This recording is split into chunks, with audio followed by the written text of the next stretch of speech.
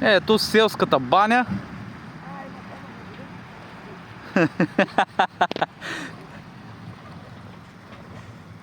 Какво ли не прави човек за своя Уестин?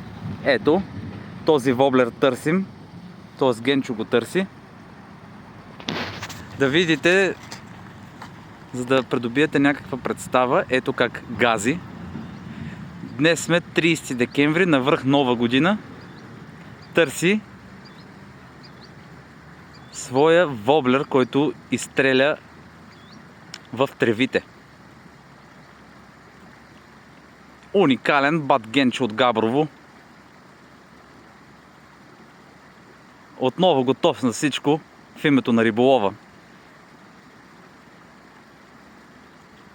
Така може да видите хубав декемврийски ден. Слънчево време около реката на едно гьолче.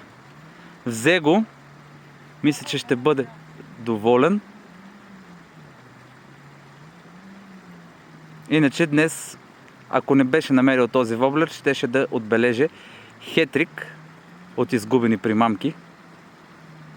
Но пък за сметка на това изкара на 10 см силикон рибка, отново от Филстар. Извади огромен кефал, да кажем около половин килограм, но доста беше приятен и добър улов. Продължава да се плицика, търсейки още воблери. Така, виждате каква класа да газиш с класа. Прилича малко на чапла.